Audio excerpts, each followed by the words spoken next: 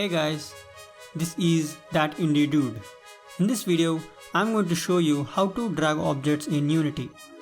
I'm going to be showing 3 different cases where you would be using this mechanic and talk about the differences in implementation.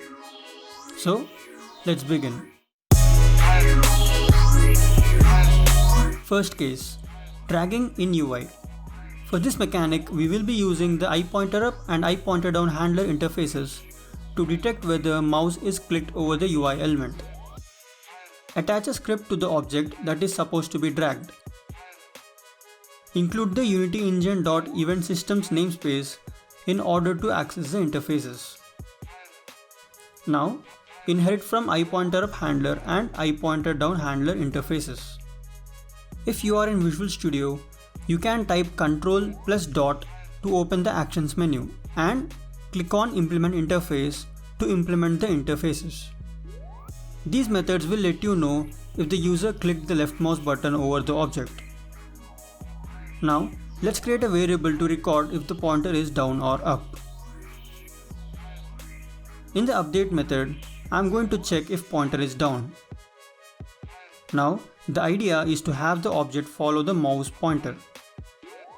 Input.mousePosition gives me the position of mouse pointer in pixel coordinates. Set this to the anchored position of the UI element to make the UI follow the mouse. When we check in the game, we notice a considerable amount of gap being created. Well, this is because anchored position is being calculated from the center of the screen, whereas the mouse position is actually calculated from the bottom left of the screen. So logically we have to subtract the half of the screen size from the input vector.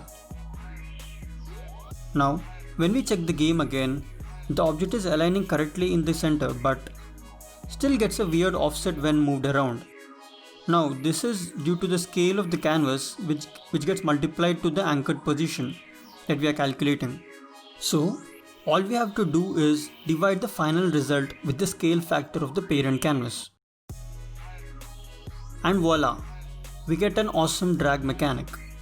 This sort of mechanic is generally used in inventory systems in a lot of RPG games. Next, dragging a 2D object. This is a situation where you have a sprite object in a 2D game and you want to drag the object around. In this case, you will need to add a Physics 2D raycaster to the camera and add a 2D collider on the sprite. Also, you need to have an event system object in the scene to record the pointer inputs.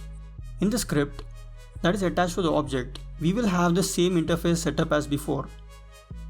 In the update method, we will simply assign the mouse position to the object. We have to specify an additional Z coordinate, which is nothing but the distance of the object from the camera. That's it. This is the easiest dragging scenario to implement. And the last case, dragging a 3D object. Let's take an isometric scene where a cube is placed over a plane, and when we drag the object, it has to move along the plane instead of moving parallel to the camera or parallel to the screen. Now, the physics raycaster on camera, collider on the target object, and the event system in the scene are mandatory in this case too. In the update method, when drag has started, I'm going to drop a raycast on the plane to find out the hit point. We will use the raycast all method using the same origin as before and a direction of the forward vector of the camera. Let's get the hit info of the raycast on the plane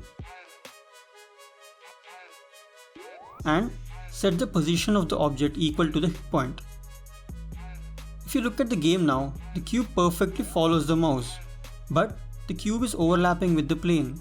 Instead, we want the cube to be 2 units above the plane. So, we are going to be adding this constant vector value to offset the cube along the viewing direction. Understanding how to calculate this value is sort of out of scope of this video. If possible, I'll make a video about it later on how to calculate this. Just a side note, if you want the height to be some value other than 2, then you will have to multiply that value to this vector. Now, if you look at the game, you can see the overlap has been fixed and we get a good drag feature in isometric projection. Well, that wraps up my take on dragging objects in Unity. If you like the content, consider liking the video. That helps me understand if you like this sort of content. And if you want more content like this, please consider subscribing to the channel. Thank you for watching guys. See you in the next video.